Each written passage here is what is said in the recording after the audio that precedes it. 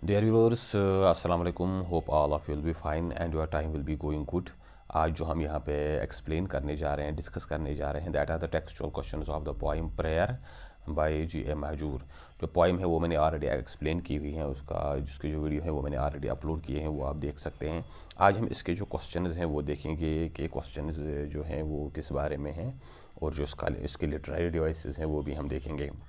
लेकिन सबसे पहले हम उसकी जो ग्लॉसरी है वो हम देखेंगे. डेवल जो होती है that is to a place, to live in a place और इन अ पर्टिकुलर वे. किसी खास जगह या किसी खास तरीके से अपनी ज़िंदगी गुजारना. To live in a particular way in a specific way. तो जो आपका आशियाना है, जो आपकी रहने की जगह है, उसको हम डेवल बोलते हैं. Wailing means to cry because of pain और सैडनेस, मातम करना या चीखना चिल्लाना.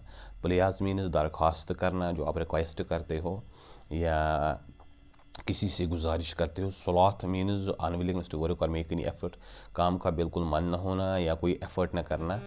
आलसी जो होते हैं. इन्फर्मिटी मीन्स वीकनेस, जो सुस्ती होती हैं. Surcharge means to give, to supply with an additional amount of energy, किसी को और ज़्यादा एनर्जी देना और ज़्यादा ताकत अता करना. जस्ट मीन्स एंथुसियाज्म, ईगरनेस, जो आप में जोश जज्बा होता है. Chant means to sing a religious prayer और a song to a simple tune, कोई जो आप रिलीजियस प्रेयर दुआ या कोई सॉन्ग जो आप गाते हो एक सादा सी ट्यून पे. Infuse means to fill someone और समथिंग विद एन इमोशन और क्वालिटी, किसी में कोई क्वालिटी या कोई इमोशन डालना, इन्फ्यूज़ करना. Vernal means relating to or happening in the spring, जो बाहर से मुतलिक हो, बाहर से रिलेटेड हो, जो बाहर के सीज़न में कोई चीज़ हो, vernal. Then there is wither, wither means fade away, मुरझा जाना, ख़त्म होना, डिके होना. ट्रायल्स मीन्स टफ टेस्ट, जो सख्त इम्तिहान लिए जाए, टेस्ट्स लिए जाए. Forsaken means to leave someone forever especially when they need you, किसी को उस वक्त छोड़ना जब उससे आपकी ज़रूरत हो. ताकि किसी के साथ जो सोशल बाइकाट जैसे होता है. तो एबंडन. तो डेजर्ट मीन्स एबंडन, किसी को छोड़ना, किसी को धोखा देना या किसी से जो मामलात हैं वो बिल्कुल तर्क करना. These are some of the words that have been used in this poem. इसके बाद जो क्वेश्चन हैं वो हम देखेंगे. And the first question is which way does the poet implore his lord to lead him to. शायर किस रास्ते पे चाहता है कि उसका रब उसको ले जाए. तो इसके जो आंसर्स हैं वो हम यहाँ पे देखेंगे वो क्या है. तो जो शायर हैं वो कह रहा है that the poet implores the lord, जो शायर हैं वो अपने रब से कह रहा है. इम्प्लोर्स द लॉर्ड, वो खुदा से कह रहे हैं to lead him to the way of truth and righteousness, कि उसको सच्चाई और ईमानदारी के रास्ते पे वो उसको चलाए. He appeals him to remove dispel his ignorance and shower on him the nectar of his knowledge. वो उसको कह रहा है कि जो इसकी इग्नोरेंस है, जहालत है, वो उसको दूर करे, उसको ख़त्म करे, और उस पर जो इल्म का जो नेक्टर है, इल्म का जो वरदान है या इल्म की जो ताकत है वो उसको अता करे. तो शायर यहाँ से इसे जो वे ऑफ ट्रूथ एंड राइटियसनेस, उससे मुराद यही रास्ता है. Name the blessing that the poet praise for, शायर किस ब्लेसिंग के बारे में रब से बात कर रहे हैं, कौन सी बरकत चाहता है. The poet prays lord to lead him to the way of truth and righteousness, शायर अपने रब से कह रहे हैं कि वो उसको सच्चाई और ईमानदारी के रास्ते पे चलाए. Pour on him the nectar of knowledge, जो इल्म का अमृत है तो वो उसको अता करे. एंड डिस्पल्स इग्नोरेंस, और उसकी जो जहालत है वो ख़त्म करे. And then he prays him to listen to his complaints, वो कह रहा है कि आप मेरी दरख्वास्तें, मेरी इल्तिजाएं सुनो. अर्जेंट एंड इमोशनल रिक्वेस्ट, जो मेरी इमोशनल अर्जेंट रिक्वेस्ट हैं, दरख्वास्तें हैं. And read him of all sorrows and sufferings, और जो तमाम इस दुनिया में जो आपको सफरिंग्स, मुसीबतें बर्दाश्त आती हैं, और पेन्स एंड हार्डशिप्स, उन सब को उससे दूर करे. He prays him to save him from laziness, वो उसको चाहता है कि वो अपने रब से चाहता है कि वो उसको बचाए फ्राम लेजीनेस, सुस्ती से, वीकनेस, कमज़ोरी से. And remove his all doubts, और जो इसके दिल में वसवसे हैं, शक शुबात हैं, उनको दूर करे. Also prays him to supply his heart with extra energy, वो खुदा से ये भी कह रहा है कि वो उसको एक्स्ट्रा एनर्जी अदा करे और ताकत दे. एंथुसियाज्म, जज्बा दे. ईगरनेस, शौक दे. एंड होप, और उम्मीद दे. He prays him not to subject him to further hardships. The poet implores God to not put him extra hardships, वो उसको कह रहा है कि वो उस पर और मुसीबतें न डाले और तकलीफ़ें न डाले, and not make him feel ashamed, और उसको शर्मिंदा ना करे for his selfish and inhuman behaviour, क्योंकि इंसान में जो सेल्फिश और इनह्यूमन, लालची और वो गैर इंसानी जो खसलतें आती हैं, शायर चाहता है कि उसका रब उसको इन चीज़ों से शर्मिंदा ना करे। Then there is the question third, what is it that the poet wants to sing, शायर कौन सी चीज़ के बारे में गाना चाहता है, क्या गाना चाहता है। The poet wants to sing two songs which fill life into the dare, शायर वो वैसे सॉन्ग्स, वैसे गीत गाना चाहते हैं जो मुर्दे में भी जान डाल दे, इम्प्लोर पीपल विद लव, लोगों में मोहब्बत डाल दे, एंड रिमूव बिटरनेस, और जो नफ़रत हैं या दूसरी गलत चीज़ें हैं, बिटरनेस हैं, वो दूर करे, तलखी, एनवी जो हसद होता है, जेलसी जो एक दूसरे के साथ जेलसी होती है, and then there is hatred, और जो हेट्रेड होती है, नफ़रत होती है। शायर चाहता है कि वो ऐसे गीत गाए कि लोगों में अच्छाई पैदा हो, और ये बुराई की चीज़ें हैं, जो ये इनह्यूमन एलिमेंट्स हैं, वो ख़त्म हो जाए फ्रॉम देयर हार्ट, उनके दिलों से। तो then there is subject me not to trial shame not my human form, शायर रब से कह रहा है कि उसको फर्दर ट्रायल्स में न डाले, इम्तहानों में न डाले, shame not my human form, उसको इस इंसानी शक्ल में शर्मिंदा ना करे। उससे क्या मुराद है। द पोएट जी major prays is almighty not to put him to further test, शायर रब से कह रहा है कि उसको फर्दर इम्तहान में न डाले, and make him not feel ashamed of his selfish and human behaviour, और उसको इस सेल्फिश और इनह्यूमन बिहेवियर की वजह से शर्मिंदा ना करे।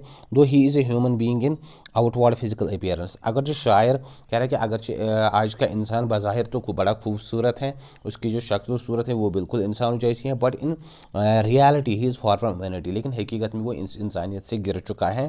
That's not being humane, kind hearted और लविंग, वो उसमें वो कोई ह्यूमेन नहीं है, काइंड हार्टेड नहीं है, और उसमें वो लविंग वाला एलिमेंट नहीं है। तो शायर अब से कह रहा है कि वो इसको इन गलत चीज़ों से बचाए, और उसकी जो इंसानी शक्ल सूरत है उसमें उसको शर्मिंदा ना करे। Then there is the question learning literary devices, उसके बाद जो इसमें लिटरेरी डिवाइसेस शायराना तालमी जो इस्तेमाल होती हैं, शायर ने कौन कौन सी लिटरेरी डिवाइसेस यहाँ पे इस्तेमाल किए वो हमको देखना है। First of all the poet has used that literary device metaphor, जो मेटाफर इस्तारा जिसको हम बोलते हैं, it is an application of a word और फ्रेज टू समबॉडी और समथिंग और some action which is not meant literary but only to make a comparison.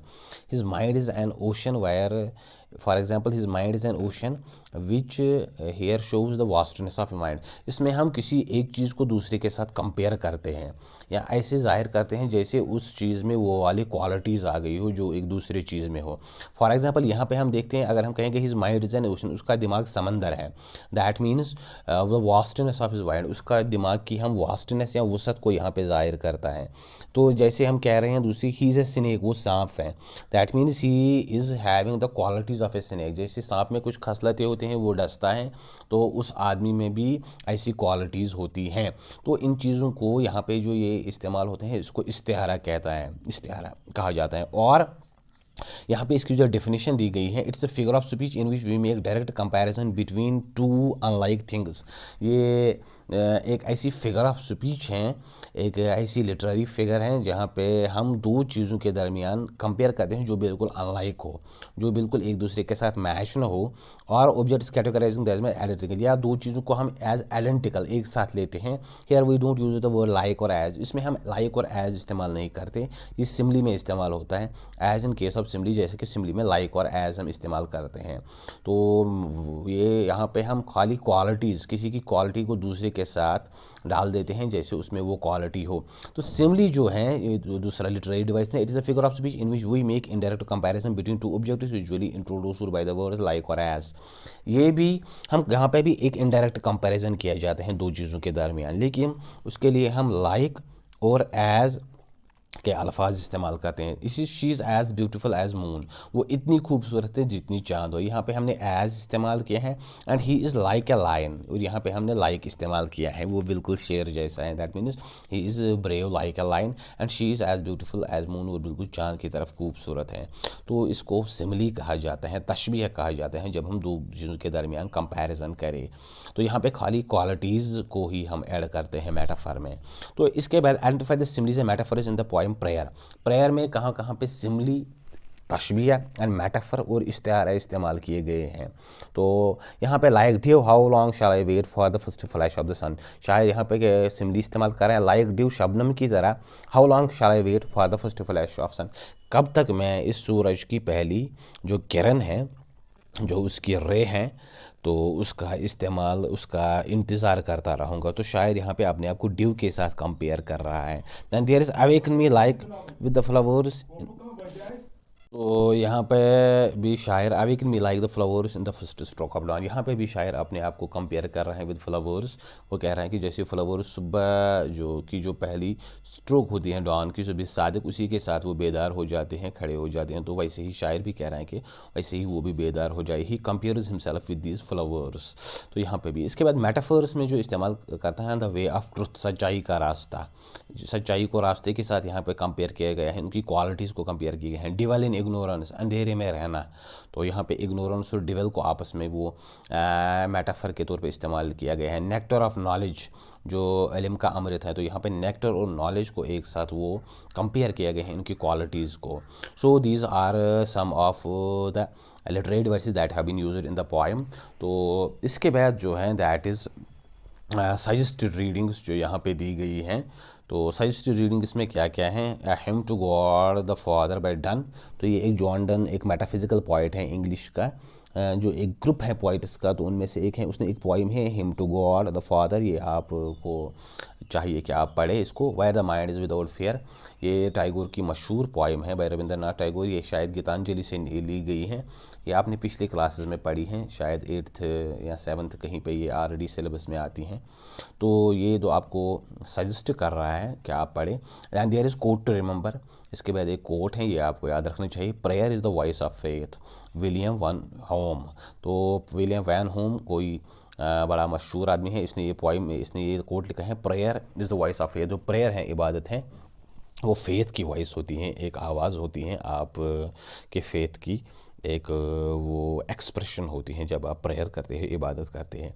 So these are some of the question that I have explained of the about the poem prayer. Hope you have understood. तो उम्मीद है आपको समझ आया होगा। And give your comment और suggestion कि आपको क्या लग रहा है, कि आपको अंडरस्टैंड हो रहे हैं, कहीं पे कोई कन्फ्यूजन है वो आप बताइए, ताकि जो वीडियोस हैं उनमें और इम्प्रूवमेंट ला सके। बाकी चैनल को सब्सक्राइब करें, वीडियो को शेयर करें और बेल आइकन पे बटन दबाइए। Thank you.